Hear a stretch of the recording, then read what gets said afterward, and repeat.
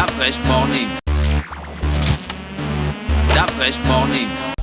Vous êtes sur les 104.5 Urban FM, la station urbaine avec Mosley. On parle de politique ce matin, c'est ça? Bonjour tout le monde, oui, nous parlons de politique, nous revenons sur l'actualité et tout le monde sait que l'actualité qui est au devant de la scène aujourd'hui, c'est celle en rapport notamment avec le Keva Gate ou encore Keva Zingo Gate, qui est l'affaire concernant la disparition de 353 conteneurs au port de Vendo. Qu'on n'a toujours pas retrouvé. On a retrouvé 200 et on nous dit que 18 ont été retrouvés du côté de la Chine. Maintenant, On nous dit c'est officiel. Ou bien c'est les ragots de l'internet. Ben, c'est ce qui se dit de façon générale. Tu es toujours dans les ce qui se dit. 200 ont été retrouvés au port de Vendo. Ça, c'est officiel. Selon la déclaration du procureur général. Maintenant, 453, oui. 218. Voilà. Donc, il reste une centaine de conteneurs qui sont dans... 135 conteneurs. Voilà. Qu'on ne retrouve pas. Il reste 135 conteneurs. Voilà. Qui se sont volatilisés. Est-ce qu'ils sont toujours au port de Vendo? On n'en sait rien. Maintenant, la question est de savoir ce qu'il en est exactement. Peut-être que dans les tout prochains jours, on aura de meilleures informations là-dessus. Mais ce qui nous concerne... Est-ce que tu penses que le Keva Gate est terminé? Non, c'est pas Il y a évident. encore des têtes qui vont tomber.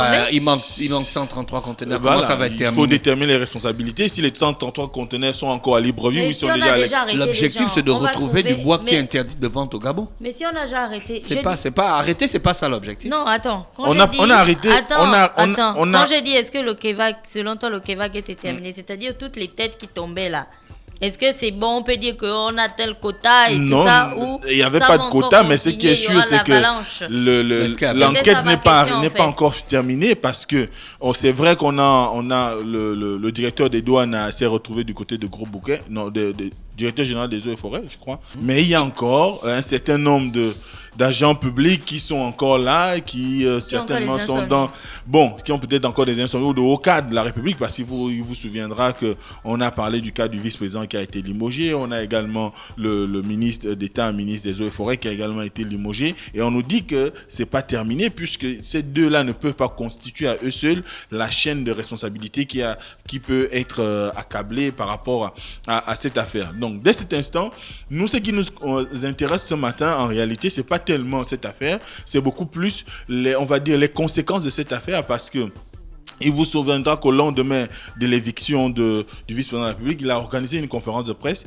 et c'est ce qui nous amène ce matin à entretenir les auditeurs, parce que beaucoup de personnes ne savent pas que lorsqu'un un vice-président prend ses fonctions, il prête serment devant le président de la République et la Cour constitutionnelle c'est en quelque sorte un serment d'allégeance, et on le voit depuis pratiquement janvier 2018, tous les gouvernements qui ont été nommés depuis ont prêté serment devant le chef de l'État. Ça sous-entend qu'il y a un travail qui avait été fait en amont pour pouvoir réaménager la Constitution et qui assignait un certain nombre d'obligations aux responsables, du moins aux responsables politiques et même dans la haute administration. Donc, toutes ces personnes ont l'obligation, au moment de la prise de fonction, de prêter serment devant le chef d'État, et c'est consacré par l'article 15 de la Constitution.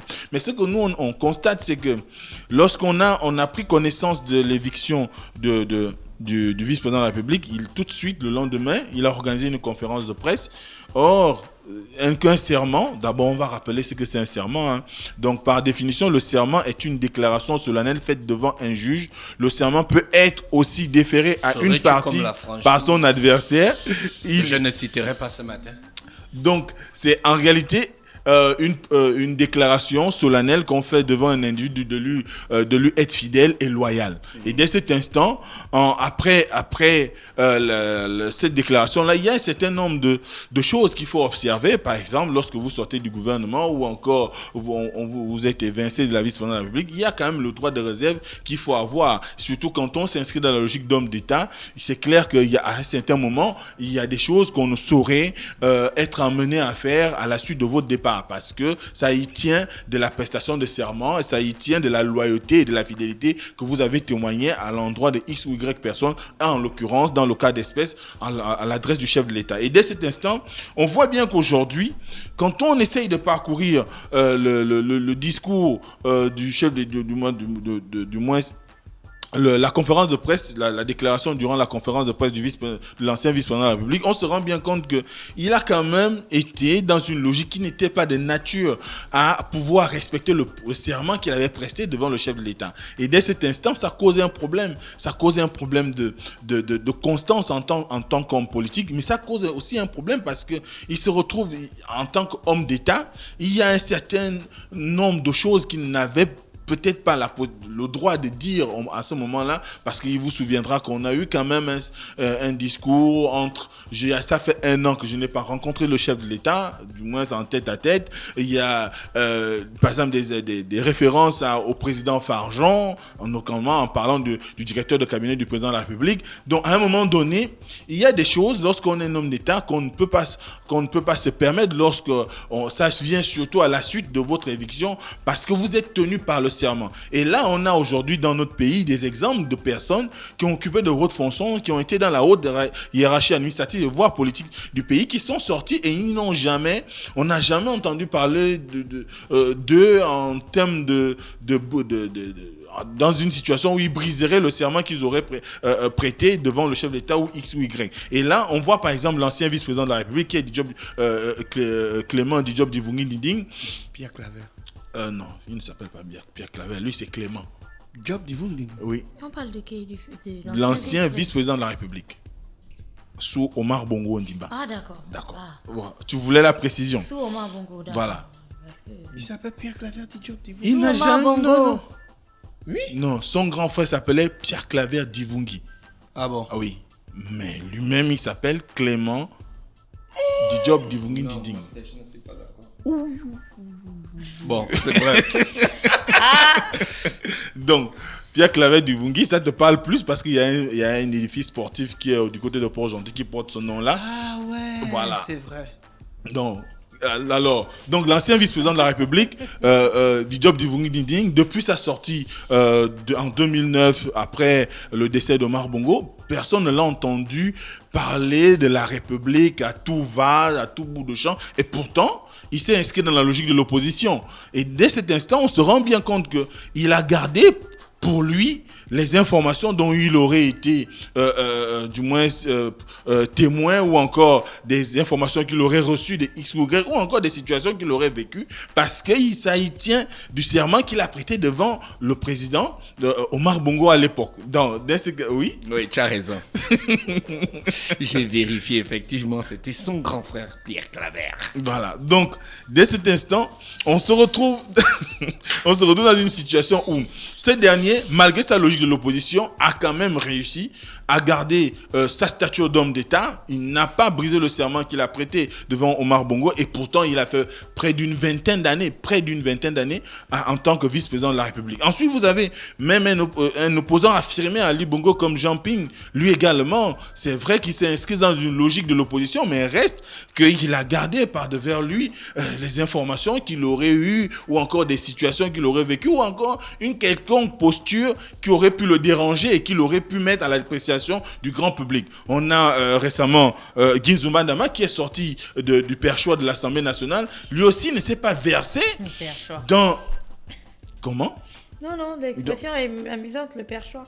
Oui, c'est comme ça qu'on appelle le siège du président de l'Assemblée nationale. Oui, je ne doute pas. Je dis que c'est amusant, cette expression. Ah non, on est nerveux ce matin. Je suis sensible comme ça. Je n'ai pas douté, je n'ai pas dit que c'était faux, je dis que c'était amusant. Donc, la sensibilité du morning, là, c'est chaud maintenant. Donc, lui également, après avoir démissionné de son poste de président de l'Assemblée nationale, il ne s'est pas versé dans un discours qui... de la démagogie. Voilà, de la démagogie, ou qui aurait trait à du populisme, ou encore un besoin de rallier à sa cause des personnes qui seraient facilement épris d'émotion par rapport à la condition qui est la vôtre. Mais c'est ce qui, aujourd'hui, on peut reprocher à Pierre Claver Manga Moussavou, c'est qu'il n'a pas su garder la posture, parce qu'il y a un certain nombre de choses qui sont glissées durant sa conférence de presse, qu'on a trouvé d'ailleurs très volubile, on a trouvé très expressif. Il a dit un certain nombre de choses qu'aujourd'hui, qui parfois tendent même à causer de la raillerie au sein de la population, parce que quand vous dites que ça fait 1 an que vous n'avez pas rencontré le chef de l'État, même si c'est en tête-à-tête, le fait simplement de dire que ça fait 1 an que vous n'avez pas rencontré le chef de l'État, et qu'on vous voit sur les photos, aussi bien du côté du Maroc ou encore depuis qu'il est rentré à Libreville, ça cause quand même problème. Même s'il y a la précision en tête-à-tête, bon, et là aussi ça pose des problèmes de tête-à-tête. C'est le chef de l'État.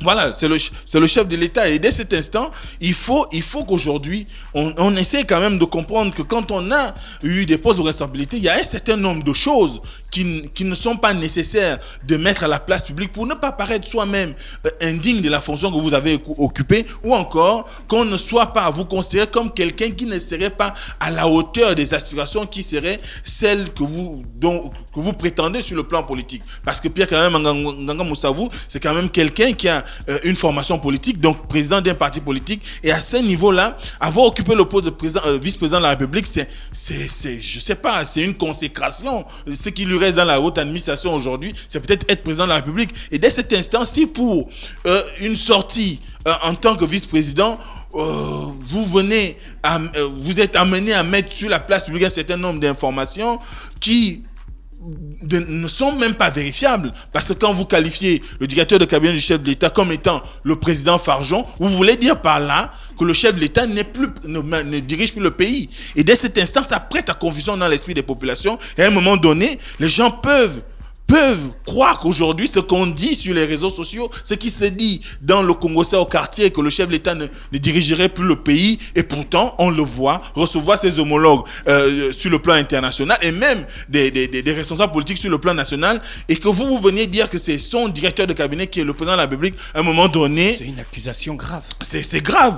Quand vous avez occupé de telles fonctions, c'est grave en République. Et dès cet instant, il faut qu'on interpelle les gens. Les affirmations populistes ou encore des engagements sur la sphère populiste, ce sont des engagements qui sont quelque peu difficiles à cerner aujourd'hui, parce que vous voyez que le populisme crée des problèmes en Europe, par exemple. Ça crée des frustrations, ça crée des situations ingérables. On vient de voir, par exemple, le Parti populaire européen qui vient de gagner les élections au niveau du Parlement européen. Et ça cause des problèmes chez les Européens, parce que ils sont reconnus comme un territoire, du moins un continent de démocratie ouvert au monde, et qu'on vient à avoir des gens qui sont beaucoup plus des nationalistes qu'autre chose, et qui s'inscrivent dans une logique populaire. Et bien, Nganga Moussavou, parce qu'on parle de Kevazingo, parce qu'on associerait son nom à cette affaire de Kevazingo, trouve le moyen quand même de rentrer dans le populisme. Qui sait aujourd'hui, alors qu'il sait très bien qu'aujourd'hui, c'est une question épineuse, parce que prendre le directeur de cabinet du président comme la tête de gondole qui aujourd'hui dirige le Gabon, surtout quand on sait ce qui se dit autour et à travers les réseaux sociaux de ce dernier, eh bien, on a comme l'impression que Nganga Moussavou avait besoin d'un ralliement, avait besoin des soutiens, aussi bien dans l'opposition que dans la société civile, parce que en définitive, qu'est-ce qu'on a vu? On a vu un certain nombre de leaders de la société civile, notamment des syndicats, aller à sa conférence de presse pour pouvoir le soutenir. Est-ce que ce n'était pas l'intention? Est-ce qu'aujourd'hui, un homme d'État de sa carrure a besoin de verser dans le populisme pour pouvoir amener les gens à croire à ce qu'il est, à son aura politique? Je ne pense pas. Or, il est tenu par l'exigence du serment. Et le serment sous-entend le secret. On ne dit pas qu'il ne faut rien dire. On dit quand même que quand on a prêté serment, le serment est solennel. Ça y tient de notre constitution. Quand on a occupé de hautes fonctions à un moment donné, il faut les respecter. Sinon, quel message on envoie, comme on dit à la jeune génération? Quel message on envoie à la population? Est-ce que c'est celui de dire... Dès que tu t'es séparé avec ton mari, tu racontes tous les problèmes du couple dehors. Ouais, est-ce que c'est intéressant? Est-ce que ça vous grandit? C'est comme ça qu'on éduque. Dès que tu n'es plus avec ton ami d'enfance, tu commences à raconter n'importe quoi sur lui. Dès que tu ne travailles plus dans une société, tu commences à dire n'importe quoi sur l'entreprise, ainsi de suite, quoi. C'est du Thomas Saintisme. Bien sûr, ça rentre dans cette logique, mais est-ce qu'en réalité ça vous grandit? Moi, je pense que ça ne vous grandit pas, parce que il s'agit ni plus ni moins que de la République. Et quand on parle ça dépend, quand tu dis est-ce que ça vous grandit, ça dépend de s'il a un agenda particulier. Un agenda particulier qui serait précis. Histoire de redorer son image à lui-même et puis de se positionner. Oui, mais est-ce qu'il faut dire des vérités qui ne tiennent pas? Est-ce qu'il faut briser un serment? Parce que briser un serment sous-entend qu'on violation, marche sur la Constitution. La Constitution ne nous intéresse plus. Ça peut être pénalement bien sûr, il sanctionné. peut être. Bien sûr. Donc, dès cet instant, je ne dis pas que Manga Moussavou aurait dû ne pas organiser sa conférence de presse. Je dis qu'il y a certaines informations, il y a certaines choses qu'il a eu à avancer durant cette conférence de presse qui, dans un pays normal, lui causeraient du tort aujourd'hui.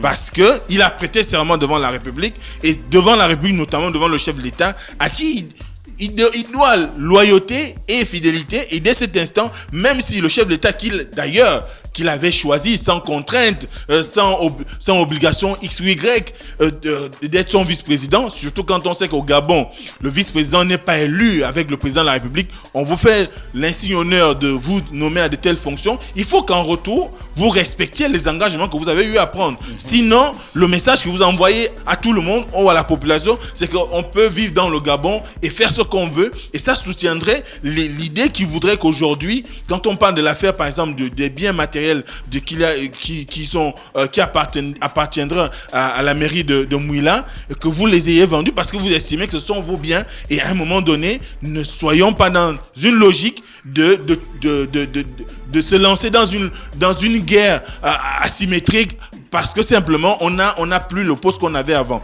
Donc il faut aujourd'hui qu'un certain nombre de responsables politiques au niveau national puissent comprendre que quand on a occupé des fonctions et qu'on vous décide de se séparer de vous, ce n'est pas que vous avez été mauvais, ce n'est pas que vous n'êtes pas bon dans ce que vous faites, ce n'est pas que vous ne méritez pas, mais c'est qu'à un moment donné, certainement les équations ont changé, certainement l'environnement a changé, et les engagements que vous avez pris au moment où vous rentiez en fonction, il faut les respecter, et surtout quand ça y va de la constitution de notre pays, parce que c'est elle qui permet le vivre ensemble, c'est elle qui garantit l'unité nationale. Merci Mosley sur les 104.5 Urban FM, la station urbaine dans l'Uda Fresh Morning. Gina, tu voulais ajouter quelque chose? Non. D'accord. Tu voulais parler de ton rêve?